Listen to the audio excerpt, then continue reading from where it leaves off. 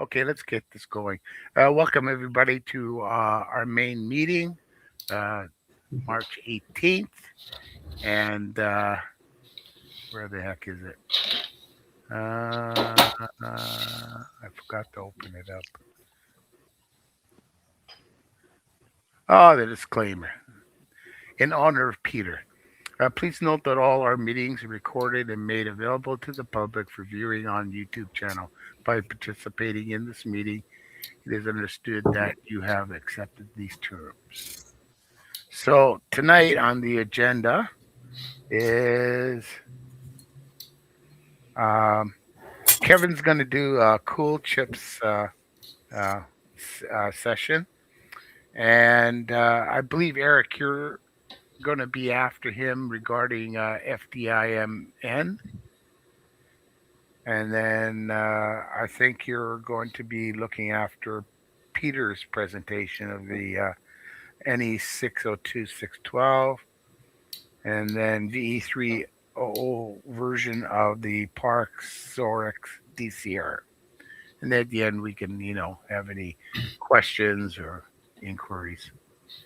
So if you're ready to go, Kevin, Yep. it's all yours. Okay. Hang on. Window. Should be able to see that. Yep. Yep. Okay. I'm just gonna. So anyway, so I was browsing around because I haven't done one of these for a while. So oh, geez, I didn't even make that right. Well, that's not. Oh, hang on. So the part number is a 98050, not a 908. Anyway, typo. So I was looking around and actually this caught my eye because of like Michael's working on an audio amplifier with tone controls and all this stuff for this backplane radio project. And when I saw this, I thought, well, that's kind of cool because it would do a lot of what Michael's board does. In a much smaller form factor. So anyway, I thought it was kind of neat to just compare and contrast with, what you need. And Michael, you'll probably appreciate more than the other guys because you've been in the middle of it. But anyway, so this is it's a low power, high performance audio codec. So it's got microphone inputs and then it's got like a headphone output. So you can use it for anything where you might have, headsets, headphones, a PSAP, which I didn't know was a thing, but apparently it's a personal sound amplification product that doesn't need to be licensed, but it can perform the same sort of function as like a hearing assist or a hearing aid device, or VR headsets, head mounted devices. Anyway, so it looked kind of interesting. They're in production. It's a current chip. It's not obsolete yet. And these are some of the things that it can do. So you can use three mic channels at once, and there's analog and digital channels with a switchable bias voltage. Each mic channel has a 12-band equalization filter and gain. In addition, there's 2 independent 12-band filters for noise cancellation, compression, blah, blah, blah. There's another playback 5-band equalizer and a compensation channel that has its own 10-band equalizer for the headphone. It can take all of those inputs and route them to a digital audio output to send to some other digital audio input on a chip, on some other chip somewhere for further processing or recording or transmission. It can also take a digital input stream from some other digital audio chip for playback through its headphone amplifier. And even the headphone amplifier, it switches between AB or mode D for efficiency at higher power. And higher power being relative, 30 milliwatts is its max power. So at that point, it would be switching into class D. The data sheet's 179 pages, and it's there. That's the URL if anybody wants to look at it. Here's the simplified block diagram. So it's got, so there's 3 analog mic inputs. There's also 3 digital mic inputs as well, but you can only use 3 of these any given mics at the same time. And then they go through the microphone input channel, the filters and the equalizers and all this kind of stuff. They can become record channels. They send them out through this PCM audio interface I2S. I guess it's kind of like I2C, but it's for audio and stereo. So it's like 2 channels only. And it's sort of like a stereo channel. TDM is like up to, I think, 16 audio channels in digital format. So it's time division multiplex, just keep sending out frames of digital data. So, and all this stuff, you can route the microphones back in directly into your headphone. You can route them out through the digital. You can bring the other digital signals in, and then you can also modify the microphone stuff with these other filters, sum them all together and send them back out to your headphone output. It's also got bias power supplies for electret microphones. Here's a little bit more in the playback circuit, but so you can see that it comes in again through the microphone channels, or the microphone inputs, goes into this audio interface, sends it out if you want to, or accepts data coming in if you want. And then you've got the playback channel stuff with the 5, I think the 5 band is in there, the 10 band is in here, and you can take it back in and sum it around. It does active noise cancellation, all this kind of stuff. These are those other 12 band filters, and back out to the headphone output. Or you can just take it and send it again back out as a digital data stream out to some other device. I don't know, there's not much show here other than they have some DC blocking for the analog microphones, some decoupling. They have various power supply inputs depending on what parts of the chip you want to use or not use, or power up or not power up. And then a bit of hardware controls. There's an I2C bus there to write data into it. The data sheet has many, many, many, many pages of registers and settings and controls, because you have to be able to write all the filter coefficients to all these multi-band filters. And then each filter is 5 coefficients or something, 5 24-bit coefficients, I believe. Anyway, I think it would be a very long project just to learn how to program this thing to get it to even work, never mind be proficient at it. So, and then I thought it was cool that this thing's, so dimension D and E, the thing's 2.6 millimeters on a side. and it's a whole so it's, and from the pins up to the top of the package is 0.5 millimeter, 20 thou. So Michael, we could probably put about 100 of these on your board, at least. At least, yes. Okay, Michael, order one and get it into production. All right, sure. I think it would take more software than what Charlie's been working on for the entire VFO and display and everything else. You can get it. Well, the TI says they're available from $389 and 1,000-piece lots. DigiKey does have a few. They've got like 40 of them or something for $10. But they're showing them as discontinued after that. But then you can buy 50,000 at a time.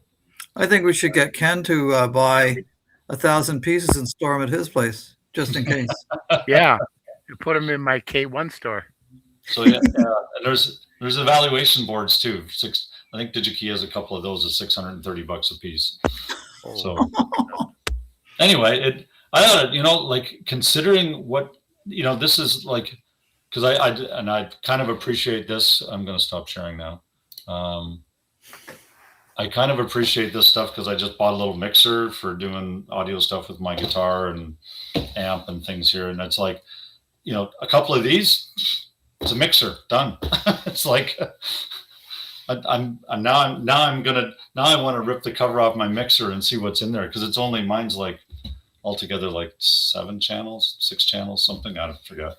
Anyway, But yeah, so it's I thought it was kind of neat for a few bucks. It's like the hard part is learning how to use it, like everything.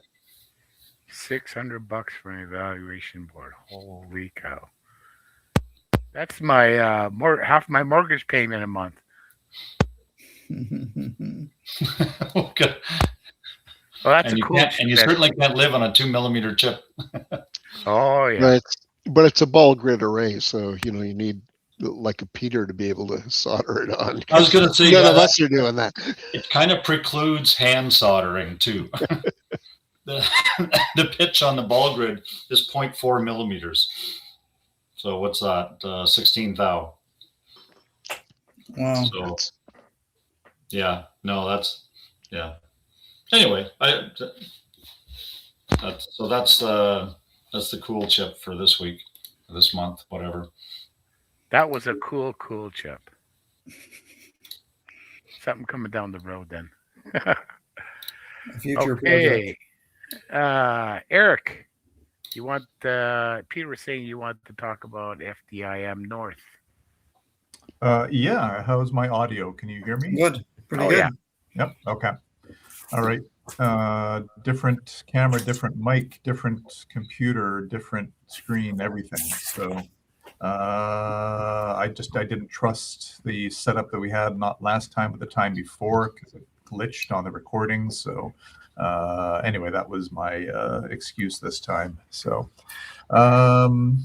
anyway, so yeah, FDIMn North, May 13th to 17th is still in the planning stages. I guess they were about 2 months out from that now. We discussed having it in a slightly different location so we could incorporate a visit to the Darlington power generating station on the shores of Lake Ontario. So we originally had a place, and still actually have a place earmarked in Keswick, but as of late, we've been looking for a place that's a little bit more along the 401 corridor, somewhere in the Port Hope, Darlington area. So found a couple places, actually 3 places that fit the bill in that area that all have sufficient capacity, reasonably, 7 or 8 beds kind of thing is what we look for, and that does restrict the options. But anyway, Dave, you have your hand up. Yeah, Eric, I'm having a senior moment here. Can you remind me why we are not using Keswick again? I can't remember. The visit to Darlington, we wanted to have something that was in the vicinity that we could do as an extra, kind of like we did with Smiths Falls Hamfest last year. There are no Hamfests that weekend in Ontario at the moment. I should actually double check that just to make sure that nothing has come up. So unless anybody can correct me before I can find. No, I was just curious because you had mentioned Keswick, and I can't remember what the rationale was behind us moving away from Keswick. So was Darlington, like we did the Diefenbunker as well last year. Yes. So we would just round it out a little bit more than just just a gathering, and the FDIMn on the Thursday give us something to do. And I believe somebody already checked into visits to Darlington. They are they do run group tours. So anyway, so I did locate a number of places that are available at the moment.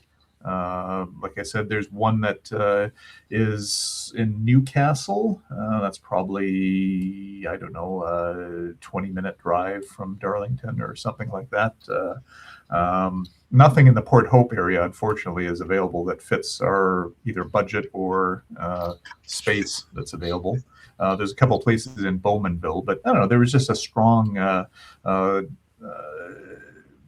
message sent when we were planning this to look for places that were, like I said, along the 401 corridor. Port Hope was repeatedly mentioned, but like I said, not. I mean, it's further than these places that I've identified. They're all in the same price range what we paid last year. We have 6 people that are firmly committed that we found it a month ago when we did a straw poll, and then another couple, maybe 2 or 3 that are potentials. So that's plenty of people to populate a house at a reasonable $40 odd per person per night or thereabouts, which is what we did last year. So that is palatable to most people, I think, for a whole house. So anyway, that was kind of the update. We're still trying to nail down the place. I'm leaning more towards the place in Newcastle. It's a little further out than the other 2, but it seems to be on a rural property from what I can gather in the photos. So plenty of options for doing some outdoor work if you want to string up an antenna. I didn't see a lot of trees, but I don't know. That's neither here nor there. So anyway, that's about it. Otherwise, the houses are all pretty much the same. Spacious and like I said, lots of bedrooms, lots of beds, living rooms. That I have to be careful of because there was one place that looked really good that had lots of beds too. The price was right. It was actually in the Port Hope area, but there was no common space. It was basically a 3-story structure full of bedrooms, a kitchen, and that's it. So, unless we wanted to hijack a bedroom or something, that wouldn't really work for our roof. So we want something similar to what we had last year, which worked out really well. A spacious living room and comfort for all. So anyway, so that's pretty much that. Oh, I see your comment there, Dave, about that power plant is only Monday to Friday, which works. I mean, we're there Thursday through Saturday, full days. So we have that option for Friday. So yeah, Ken, I think you had your hand up. Yeah, last time we talked about this as a group, there was talk about Lake Simcoe. So that's been canceled? Well, no, I mean, that's we do still have that place. That's what I mentioned first, Keswick, which is on the shores, east shore of Simcoe, the bay, I guess. So we have that still, if we want it, it's cancelable with no penalties. So, but, we should release it if we're not going there. But there's nothing else to do in that area. That's the catch. So the suggestion was made. So I guess maybe I should put out a poll on SOAREX to see what the preference for the group is. Because Peters also commented a couple hours ago that he was still fine with the Keswick location. So it has lots of bedrooms and beds and space outside. It's more of in a suburban kind of area, but I mean, technically, I guess we could still do a drive to Darlington from there, but that would be, I think, a little bit of a hike. So, a couple hours, I think.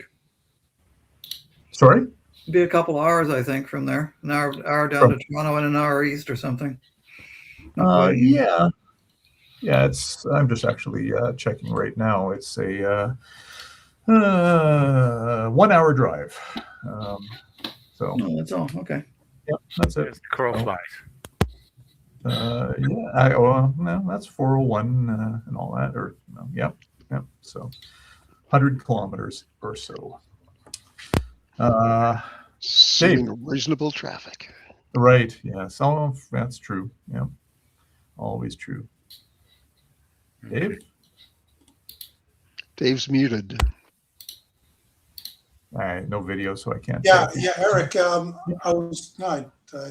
putting my video on. I don't know if you guys want to. Off. It's better before. That's good. Actually, no. It's better just a second ago.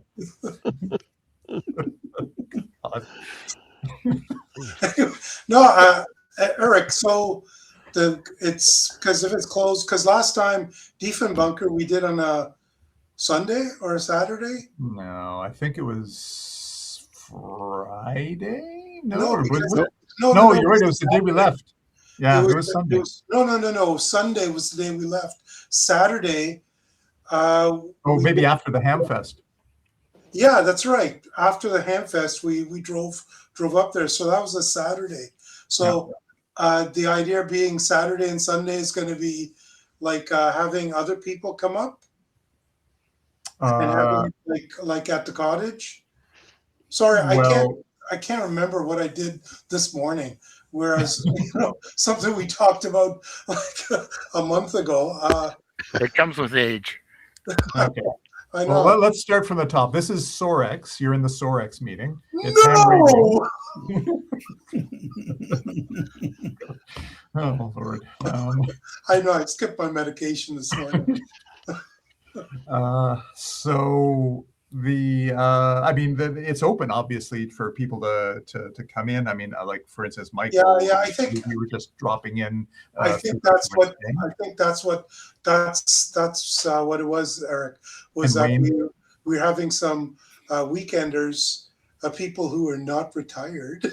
They can only drop in on a weekend. So I think that's kind of what we had said, was to keep Saturday and Sunday allocated for drop-ins, right? Yeah, so that works even if we do a little excursion on Friday to the power plant, and even if it's an hour away, right? I don't think it's out of the question to do that. I mean, I think the Diefenbunker was probably a good, 45 minutes to an hour to get to from Smiths Falls. Charlie could probably comment more on that, but the places in Bowmanville and Newcastle are obviously close, 15, 20 minutes or so, and we're at Darlington. So anyway, I'll put a poll out on SOAREX and find. We also want to let other people,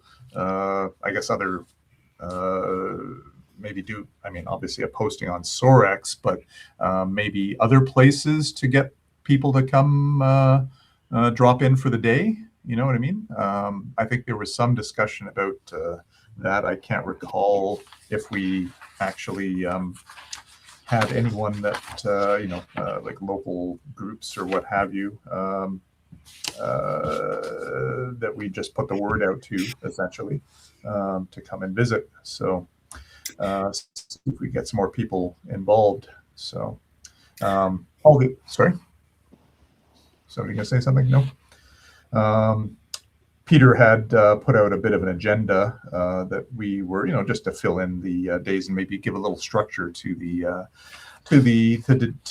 event as well. So that still stands as a rough draft that we've been looking at. But it is going to be pretty much do what you want. I think for the most part, with the exception of Thursday and, like I said, possibly a visit to Darlington. So. Wayne and I are planning to come up each day during the day. I think that's what we're going to do, up and back. Yeah, Thursday, Friday, Saturday. That's right. That's what we're going to do, I think. Yeah, I'm still committed, but I can't do the Thursday. I can only do the Friday.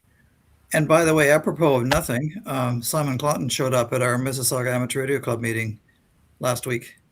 Nice. Yeah. Who was that? Simon. Oh, Simon cool. Clotton. I didn't have a chance to talk to him. I just noticed he was there, said hi, and he was gone at the end, but he was there. Is anybody on the call now a member of other clubs? I mean, like Michael, you're a part of Mississauga. Yeah. Right. Yep. Anybody else? That you? Yeah, Charlie. Yeah, Charlie is. So I don't know. What do you think of the reasonableness of, you obviously there's forums that you guys could post the event on. Do you think that would be worthwhile? Sorry, what do you mean? Post the FDIMn to ask people if they'd like to come out for the day, just to join us and participate. Oh, okay. Yeah, I could do that. Sure. I can announce it at the next club meeting, I guess. Well, there's a couple between now and then. We can do that. Sure.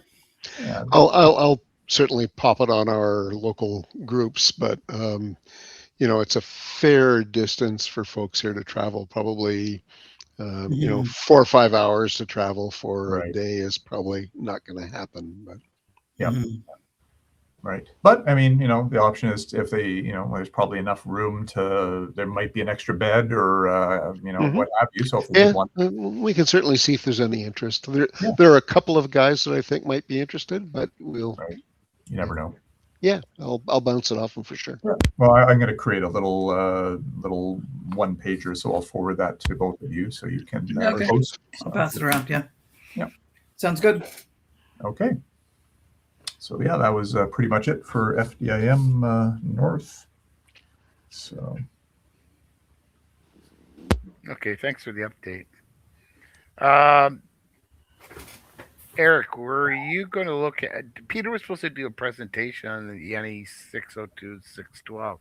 Were A you couple looking of after that? yeah, no, like he didn't send me anything to work with, so Okay.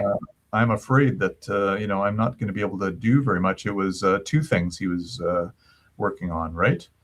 Yeah, he said he could send me the slides for the variation on the DCR project, but I just checked my email before the meeting started and nothing from him. So he might just be down and out for the count.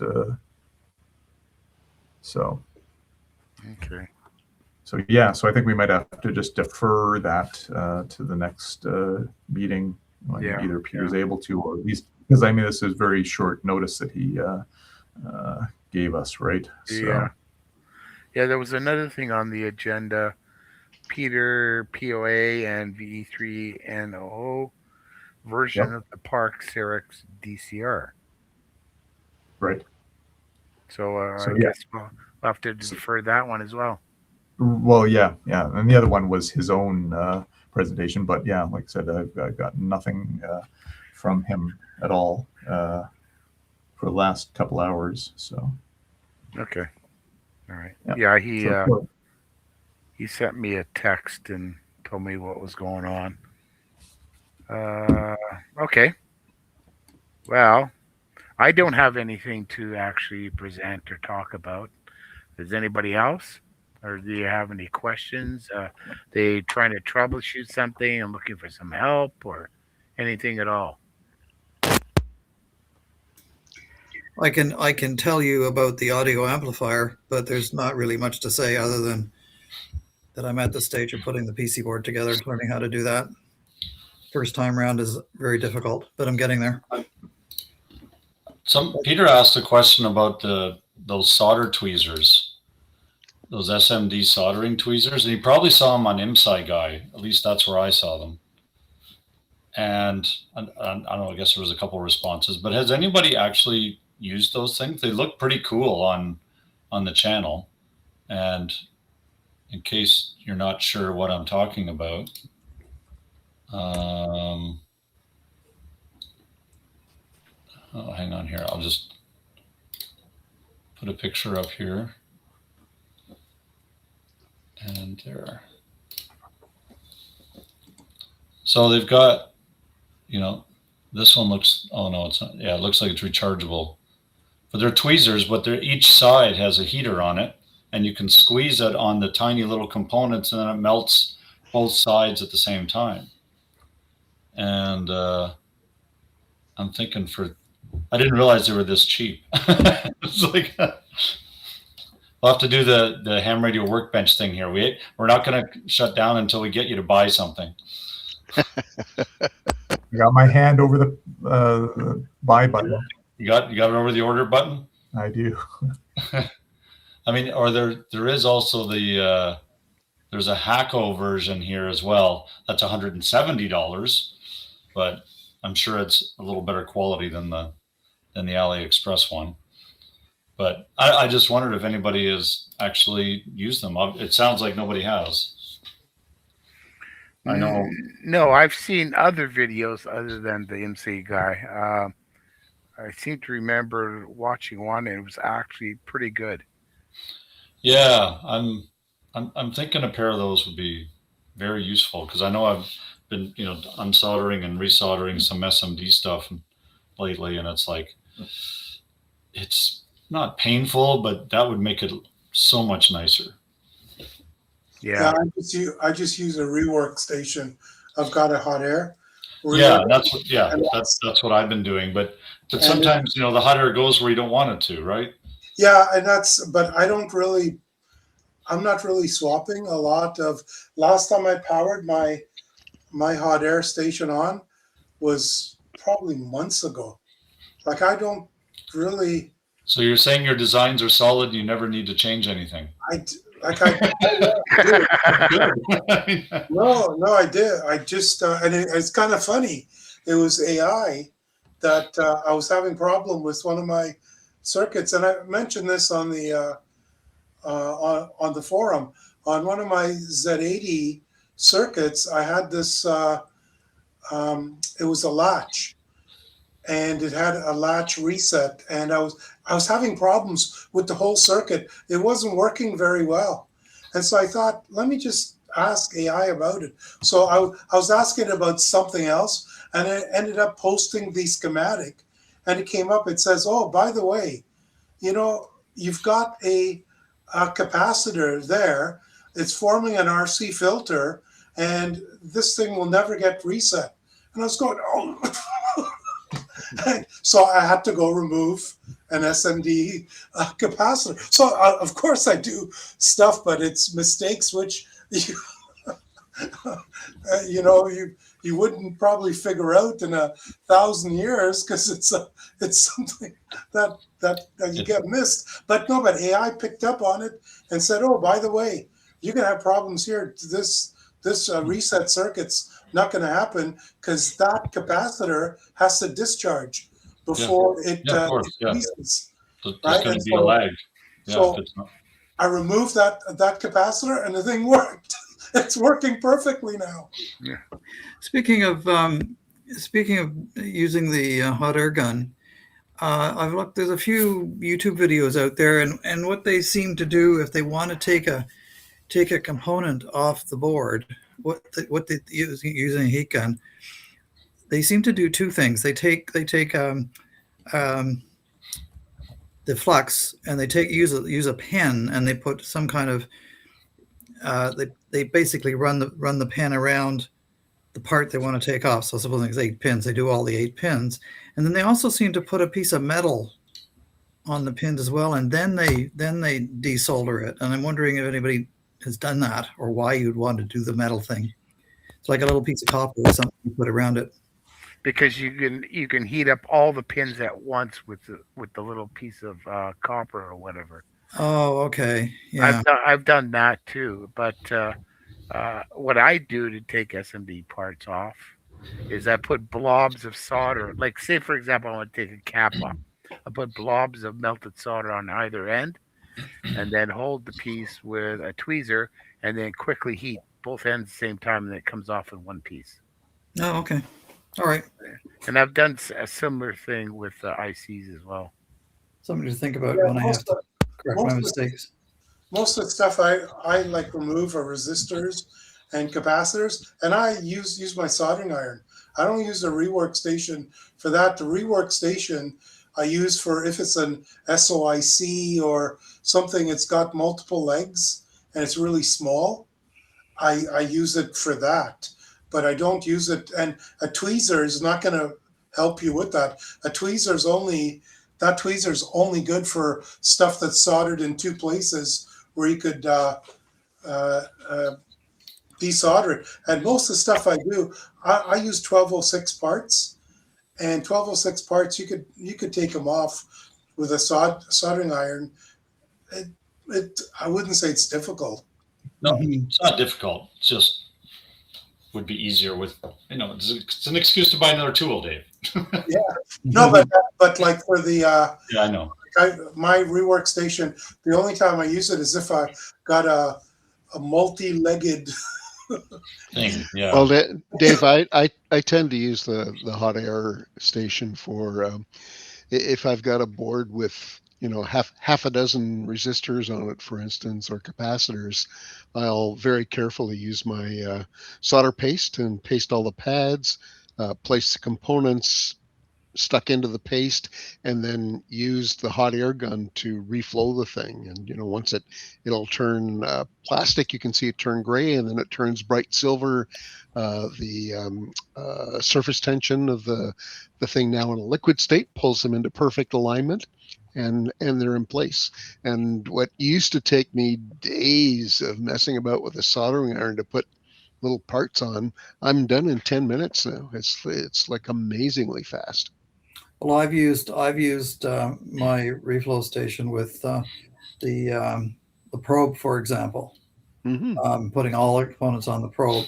I don't do them all at once, but I can do 3 or 4 at a time, and it works really well for me. I don't use a soldering iron to do that. I use this. I have one, but I don't use it. I use the reflow station all the time. Eric, if you're still looking for something to fill in like 5-10 minutes of discussion here, I do have one thing I could share. Yeah, I've taken the helm here. Ken just asked me to take over for a few minutes. Something came up. So yeah, please go ahead. Yeah, so I like get set up for sharing here, just to if I can remember how to do that. There we go.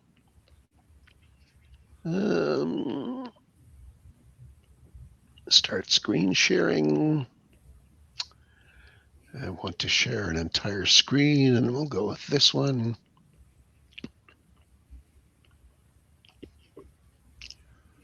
There we go. All right. Okay, now over here I will go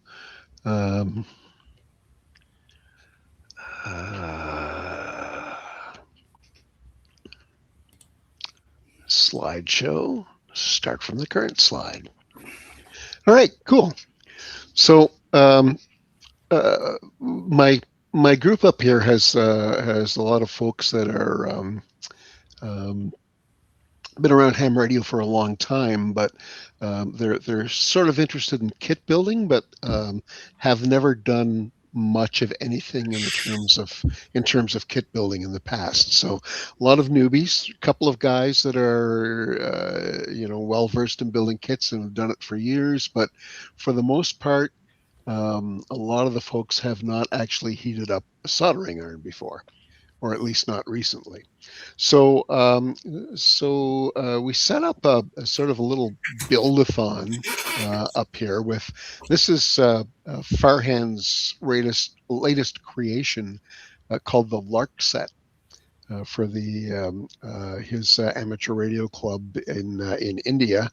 Have put together this radio that is it's a 40-meter rig, single sideband in CW, for a total cost of $30 US. And so I basically had a dozen folks get together a couple of weeks ago to build these kits that we purchased from those guys. This is what we got in the kit. Most of the it wasn't JLC PCB. I think it was PCB way, but the boards were our standard 100 by 100 that we can get fairly cheap. It came with all of the surface mount devices on it already mounted by the vendor, and then there were a few other things to add to it. A number of toroids you can see up in the corner here for the L parts of some filters. It uses a Vraktor tuned VCO, very analog-y VCO. That's this portion of the circuit board down here, and with a control, a resistive control, you can essentially tune it and then hand mark where it is. I actually used my 7300 with the waterfall to see where it was actually transmitting, so I could mark things on the front of it of exactly where the pot was. But it's got an analog VCO. It's a super het design. You can kind of see the slots in the center here for crystals, for a crystal filter for the IF. And there are a couple of trifilar transformers in here, 3 of them that form different sections. At some future date, if you're interested, I could certainly go through the schematic diagram of it, the different building blocks and so on that are part of this board. It's worth noting that it wasn't a terribly challenging build, but the folks who had not done this before, there were still a few radios not working after close to the end of the second day. So we're a couple of weeks since the build. We have of the 12 radios, I think we have 10 of them that are actually functional at this point, and 2 others that I'll probably have coffee with and the folks and see if I can help them get it going.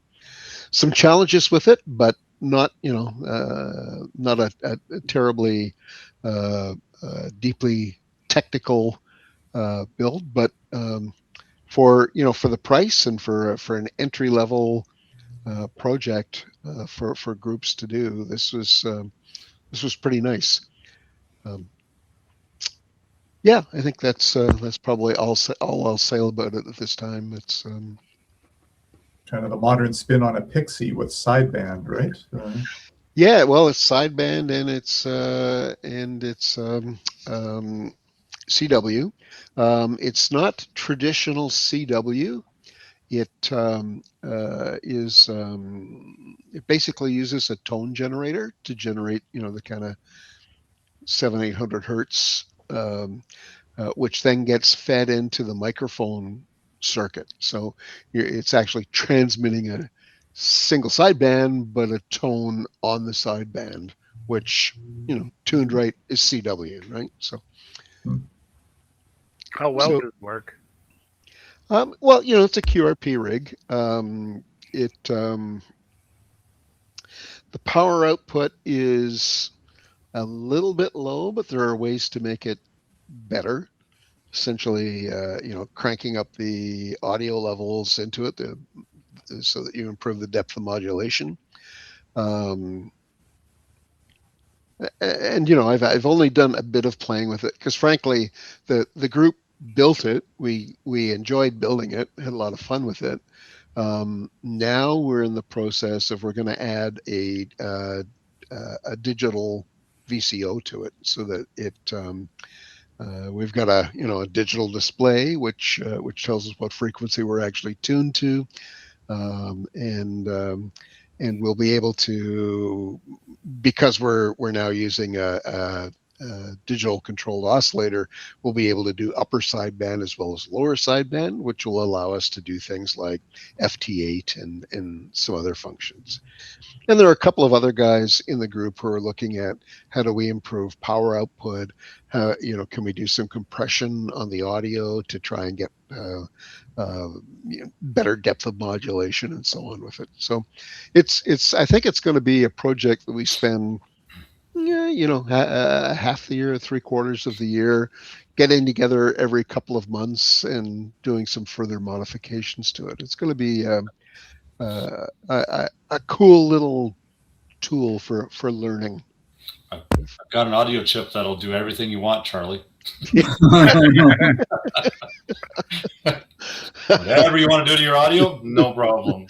Well, Kevin, I've taken the about 50% of the DCO board that we've put together for the backplane radio, and sliced that off into a separate board that will be using it for providing the VCO functionality into this radio. There you go. Reusing. Yeah, and my buddy Claude continues to amaze me with his ability to generate massive amounts of bug-free code that does exactly what I need it to do. It just blows me away. I even made an attempt actually at testing out Claude for hardware the other day. With this little radio, I wanted to take the signal that it outputs and attenuate it so that I could do some measurements on it without damaging my measuring gear. So normally, you'd look at knocking that down by, well, I calculated probably 75 dB would be a good way to go to kind of knock that signal down enough to go into a radio receiver or another unit. So I asked, I started building a spreadsheet so I could calculate the values of resistors for a purely resistive 50 ohm input, 50 ohm output, 75 dB attenuator. I can do this fairly quickly. I throw it in a spreadsheet in case I want to play with the values a bit. And then I thought, hey, I should throw this at Claude and see what happens if I ask Claude to do this. So Claude put together an attenuator for me, but it had 5 stages of RC resistor dividers. I'm going, well, I would have done this with like 1 stage. What the heck? What's going on here? Why would we want 5 stages? So I asked, why so many stages? And Claude stated that there was a potential issue with capacitance, distributed capacitance in the network that would cause frequency roll off at higher frequencies. So I said, well, I'm not going to go over 10 megahertz, probably more like 7 megahertz. Oh, okay, I can simplify that for 7 megahertz. Came back with 2 stages at between 7 and 10 megahertz because of concerns with capacitance rolling around, right? I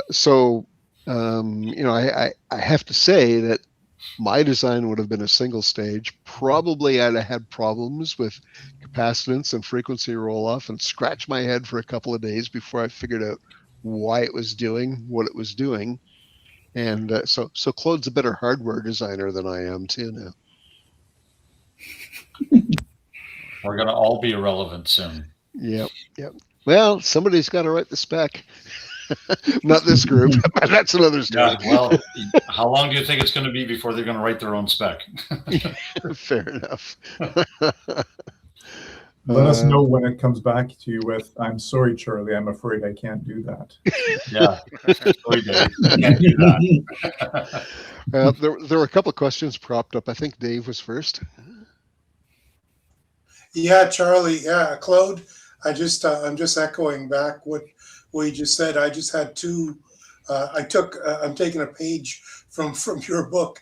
I had Claude write 2 programs for me in Python, and they came back worked 100%. No errors. It just worked. And incredibly well documented too, right? Like all kinds of. And it took about a minute to generate the code, and I gave it a list of detail, like it was. I'm making hand gestures here, and you can't. My camera's off. That's better. I had a whack of requirements saying I want the program to do this, this, and this. I want inputs to be this, this, and this. And if this fails, I want you to do that. And I gave it a set of detail specifications. It was for plotting rocket motor engines. There's a standard format for rocket engines, and I wanted to plot them simultaneously on the same screen so I could compare motors, right? And Claude went and it generated it first time through, worked, and I said, I want you, then I said, okay, I need you to modify the program, and I need you to do some specific calculations. I need you to do some integration and do blah, blah, blah, blah. It came back, it did a pop-up. I would do a hotkey, it would pop up, and it would show me all the data. And it would allow me to export it to a CSV file. It just worked. So I've gotten Claude to do 3 programs for me. One was a terminal emulator for my Z80. And I told it, I said to go out, get the specs. For this, it's an old terminal from the 70s. And it dug up the specs, it wrote it. Now, that was a lot of back and forth, but it wasn't coding errors. It was more so what I wanted to have it customized to do. But It did it. I haven't looked at the code yet, for any of these programs. I haven't looked at the code. I just take the code and I run it. I tell you, You'll be shocked when you look at it. You'll be shocked. yeah. It's amazing. Yeah, I was impressed. I was impressed with Gemini too, because Gemini is the one that caught that RC issue. But it catches. You see, the thing is with hardware, I find sometimes it catches a problem. Sometimes it leads you down a garden path. Like I was having another problem with another circuit, and Gemini started telling me about, oh, you got to go do this and this, and I started saying, hang on a second, that doesn't make sense. Like, go back to the data sheet, look at what the part says, blah, blah, and it came back and said, oh, you're 100% right, I was wrong. And looking at the data sheet, this is actually how it works. So I think it's great. It's a really good tool, but sometimes, you got to know what you're doing. I think for Claude software, it's a done deal. It's done. It works. But I think for hardware wise, I found that you got to be very, very careful, because it could lead you down the garden path. Yeah, it's a 3 Sigma versus 6 Sigma kind of quality. Yeah. Okay. Drew had a question as well. Yeah, I was just wondering. I had ChatGPT make some software for me yesterday, and I was going to have Claude ground truth it. And I went on Claude, and it was pretty pushy on getting a paid version. It didn't want to do it. I was wondering, are you guys all paying for this? No, absolutely not. How do you get the free version? No,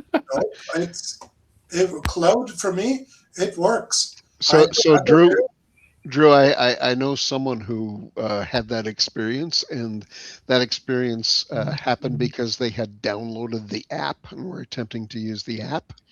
Okay. What I'm doing, and I suspect Dave is as well, is just type up your stuff, cut and paste it into the chat in whatever browser you happen to be using at Claude.ai. And it works great. I probably get 50 to 70 questions before Claude times out. It says, need to take a break. And exactly 5 hours later, he's ready to go again. Yeah, I was going to give it the software in the package, and it says, well, I only have 2 answers for you. So would you like to buy this instead? Perhaps I fell for it and just didn't. I should have just said, no, I don't want to buy it. Let's just keep going. Yeah, you can sign up for an account, a free account.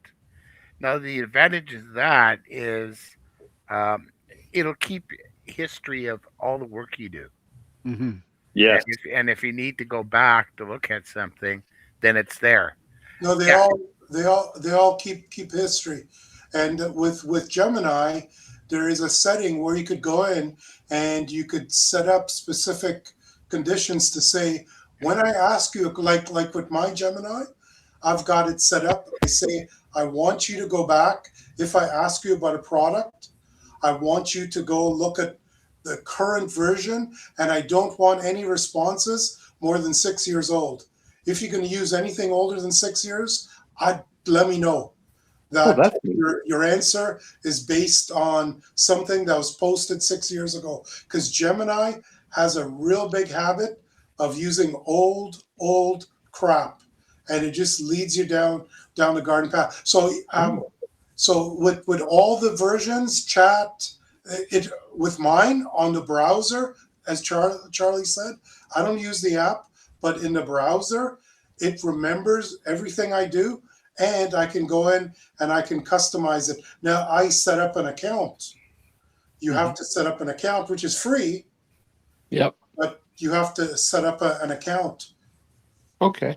Well, I'll give that a try then. Maybe I just misinterpreted, but yeah, I want to have it take a look at this software and see what it comes up with. I want to make sure it's going to work before I start feeding it into Arduinos and start pulling my hair out. It's kind of interesting you said that, Drew, because I've been seeing a lot of YouTube posts about using Claude for doing checking your code. Yeah, well, I was thinking that would be a good thing to do. ChatGPT may very well have done it correctly, but I noticed that it dropped a couple of curly brackets, and that took me a while to find. And I got to go through the old-fashioned Fortran go line by line counting brackets game. And then once I'd done that, it was a matter of, okay, let's just see what Claude has to say. And I fell into this rabbit hole and go, oh, okay, enough of that. I found, Drew, that ChatGPT will correct problems and sort things out for you, but Yeah. then ChatGPT will introduce a bug in another part of the program that it shouldn't have been anywhere near. Yes. And my suspicion is that ChatGPT likes to chat and wants to keep the conversation going. Whereas Claude just seems to want to solve the problem. So I wondered about that because it added and subtracted things as I went along. Of course, you add things in, and I noticed it was dropping things, and I thought, okay, I'll go back and ask it. So that makes a lot of sense because I think they make the money out of the time used. mm-hmm. Yeah, I found that too, Charlie, with chat. That's why I don't use chat anymore, because it kept saying, would you like me to do this now? And it kept the answers short and brief. And it says, oh, would you like me to expand on this answer and add this to it? And it's trying to get you to hit the limit. Yep. Yeah, fair enough. Yeah, it was absolutely doing that yesterday. And I finally said, no, you've done enough. Let's just carry on. And I lost a chunk of the software. I still have a copy of it, but I lost a chunk of the code that was doing something to make it into a KML file for Google Earth. And it was gone. Wait a minute, what happened to it? So as your experience is all, I'll go back to Claude. Yeah, if you have a free account, it keeps history of everything you do on there. At work, we've investigated all the AIs that are available out there, and we found that Claude was the best. Mm-hmm. And we have set up several internal websites, and we have Claude agents running through everything. Nice. And so far, it's working good. I'm waiting for the day that it's going to replace me so I can retire. I've used ChatGPT, and I've taken the code and I've put it into where I'm working, and it constantly comes back with errors. I ask it to fix this line because it's causing this error, and then it generates something new, and there's another error. With Claude, it pumps out the code, and I look through the code first, and I see there's going to be a compile error. And first thing I do is I type into the chat window, this line's going to cause a compile error, and it comes back, you are correct. Let's try this. And as I develop the software that I need to do, and I keep building on it, it keeps coming back and recommending changes to be more efficient or more up to date.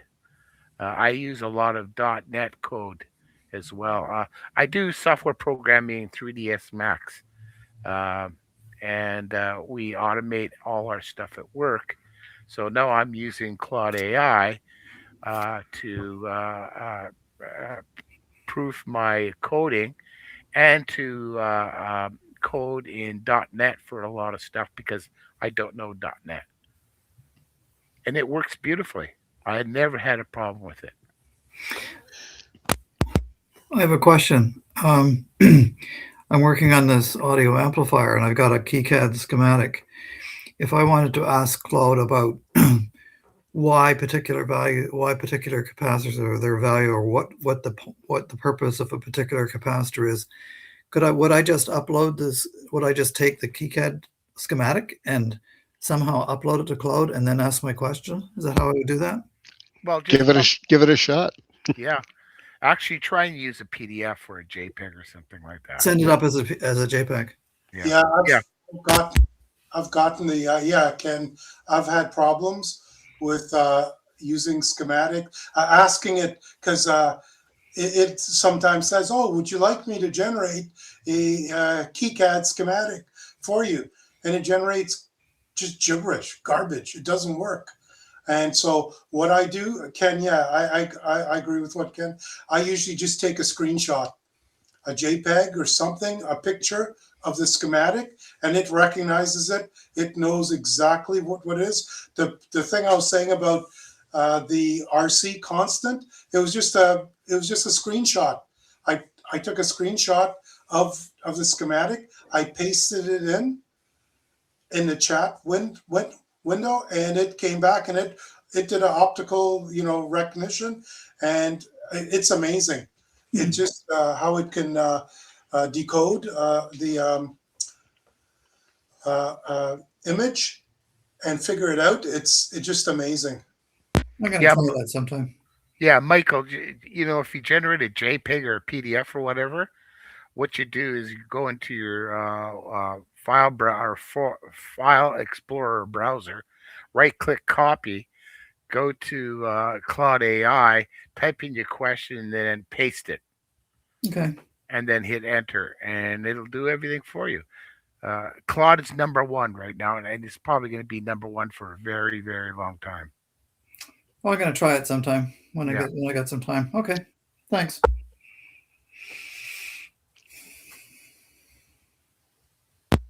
Alrighty. Oh, okay, so does anybody else want to bring something up, or they have questions, or looking for I troubleshooting? could speaking of chips, I'm using this one chip here. Now, I don't know if you guys could use this chip, but it's pretty handy in terms of turning things on and off, like supplying current to high current to a device. I use it to fire igniters in my rockets instead of using a MOSFET, and it works fabulous. That it could detect if a load's present. Let me just flash this up with you, to you. We're screen sharing. Where do I want to share here? There, can you guys see my screen? Yep. Mhm. So can you see this? Yeah. The VN5E16S. This is a pretty cool chip. And so what it basically does, let me show you it here. So what it basically does, it's you supply a voltage here, like 7 volts, 12 volts, whatever, and your input will turn on that coming out here, and it could go, I think, up to about 10 amps or so, 10 or 12 amps. And so it can switch this on, and it's got a detection circuit here. It's a open collector or open whatever drain or source. I can never remember what that is. And so what it does, it pulls this line to ground if it detects a load present. So if there's no load present here, this thing gets pulled down to ground, saying, "Hey, there's something present," and it's pretty cool. So I use this, and this might be something if you want to power on, like your power amp or something like that, and it's pretty clean. It's pretty nice. Hmm. So that's it. Very cool. Anybody else have something? Well, I know I've talked about this a few times about the Scout, so I've got it working 100%. It's working beautifully. The only issue I had is I didn't have a microphone for it. I didn't have anything handy. I want to. Amazon didn't have any mics to use. There was some in the States, but pricey and tariffs on it, and plus 2 out of the 3 wouldn't ship to Canada. I guess they didn't want to do the paperwork on it. But anyways, then I remembered that I had built a QRP 40 meter SSB rig many years ago, and it has a CB mic, dynamic mic, and I wanted to try that. Unfortunately, I didn't want to rewire it because then I wouldn't be able to use it on the QRP rig. So I had built myself a little 2-inch long adapter. So now I can use the microphone on both. And so that's working. And then I have a, what do you call it? A headset. And I needed an adapter to use it on the Scout. And hang on a second, let me share screen, share. To order any of these are the typical adapters that Radio World has. They have different adapters for different radios. But look at the price, $40 for a chunk of wire as far as I'm concerned. So I found all the parts on Amazon, and I'm presently building the adapter for it, and it's pretty much 3/4 the way done. And then next in line is I picked up a waterproof case at Princess Auto for $15. So that's next in line. It's the radio is going to go inside the carrying case. And camping trip this year, July 24th through the 3rd, and that radio is going with me, whether Bonnie likes it or not. It's going to be happening. And that's where I'm at with that. Once I get everything done that I want to do with it, then I'll just put a little presentation together and show you guys what I did. Hoping you have it together, Ken, for 4 days in May North, and you can show us all how it works. Yeah. No, that's my plan. So I definitely will have it together for that. I also want to try it out on SSTV as well. So after the case is done, that's going to be next in line.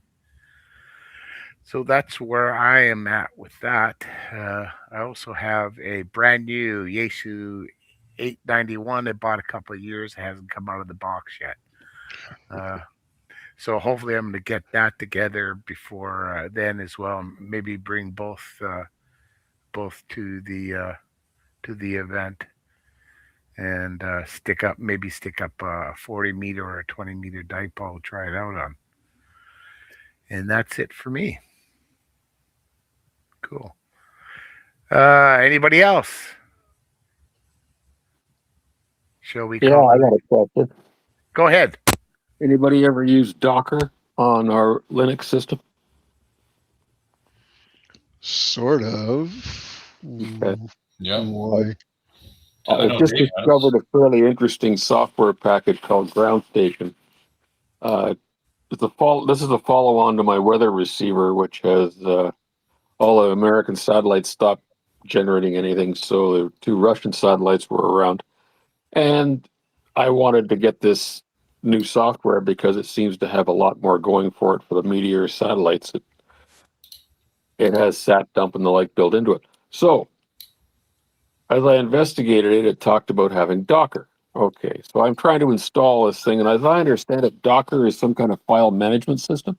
No. Okay. No. It's well, Dave knows more than I do, but do you know what a virtual machine is? Yes.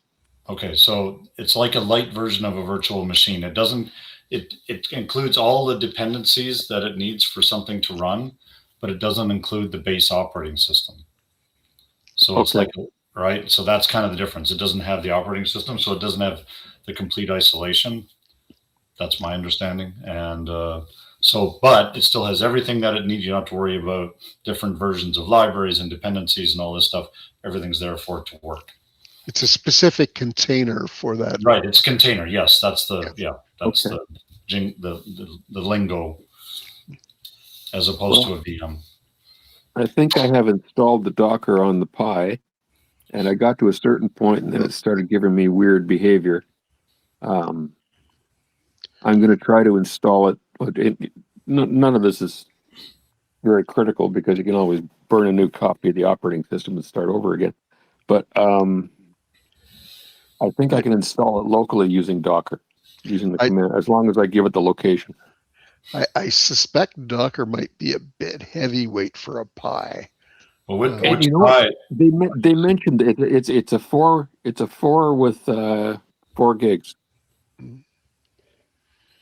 Dave, you have an They opinion? mentioned about the Docker being a little heavy for it, and this is a version of Docker that apparently is pared down and will run okay on the Pi. Cool. So they say. We'll see. I mean, proof is in the pudding. We will see. I'm just exploring this. It's just a way to frustrate myself for a little while. That's all. Dave, do you have more info to add? Yeah, it was Drew that asked that question. Of course. Yeah, Drew. Docker's pretty heavy in terms of, because you need something to run below that, and the container you're going to put inside it depends. Now you said this Docker app, it's containerized. Well, it has a Docker. It has a Docker file. That are you familiar with Vim in Linux? With Vim, VIM? Yeah. Yeah, Vim, the editor. I guess it is. I'm not really sure. I'm following along this cookbook thing, and I don't know what the hell Vim's for. But anyways, it was asking for Docker to pull it down off his GitHub site and pull everything in place. And I did as he requested, and I don't see anything extra installed. Because all that Docker does, it's a cookbook.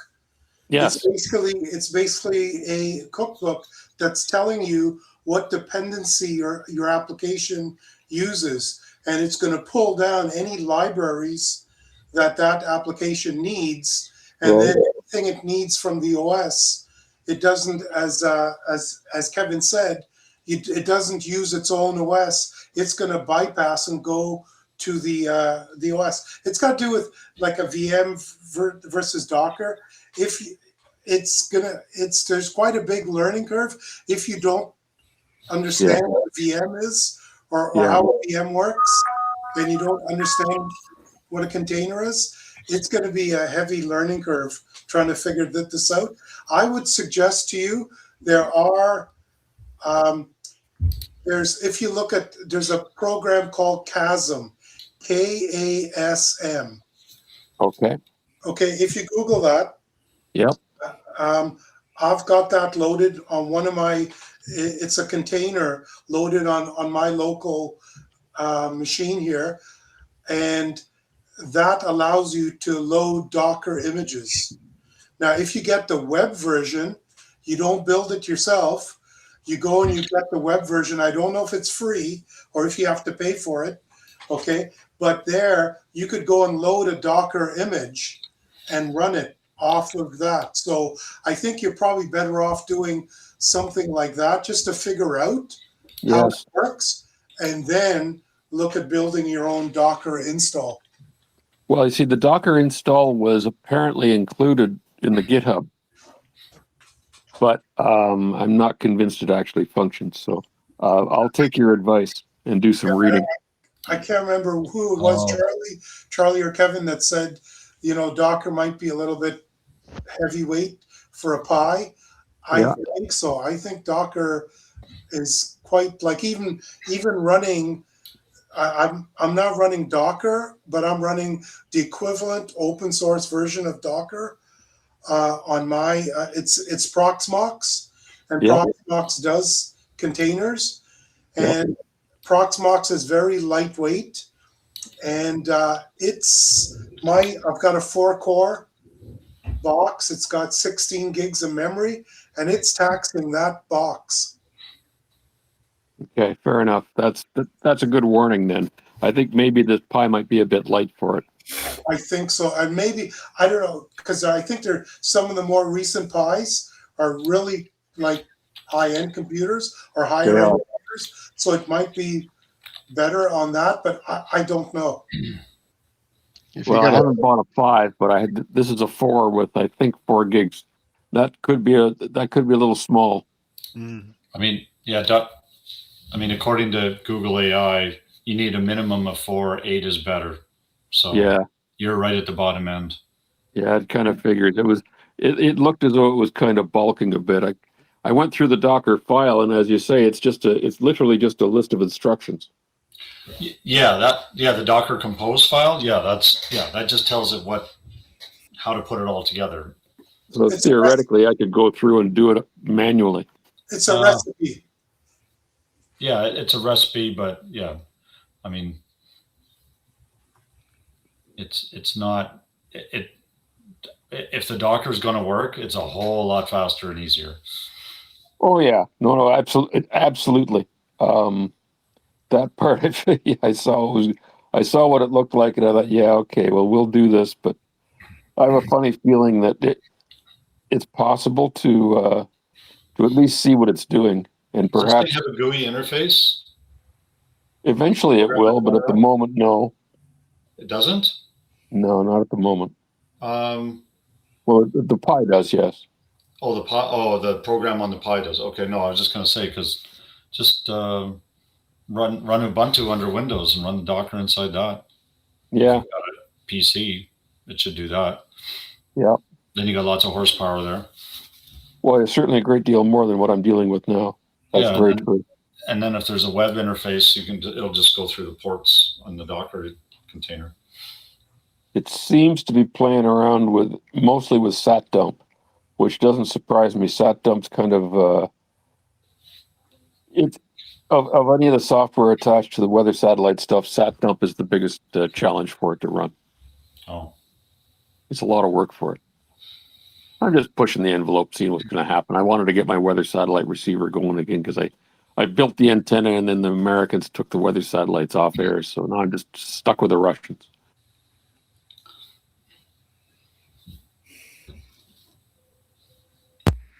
Okay, anybody else? Well, it looks like we got a full meeting in. So if there's nothing else, we can call it an evening. I'll say aye. Yep. Sounds good. sure. Good. Sounds good. All right, gentlemen. Good meeting tonight. Thank you for attending. And the next meeting will be April Fools. Yeah, April Fools. Maybe they'll show up. Yeah, April 1st on a Wednesday. Okay, have a good evening and a good weekend, and we'll talk to you guys later. Take care. Thanks, Ken. Ciao. thanks, Dave. Bye.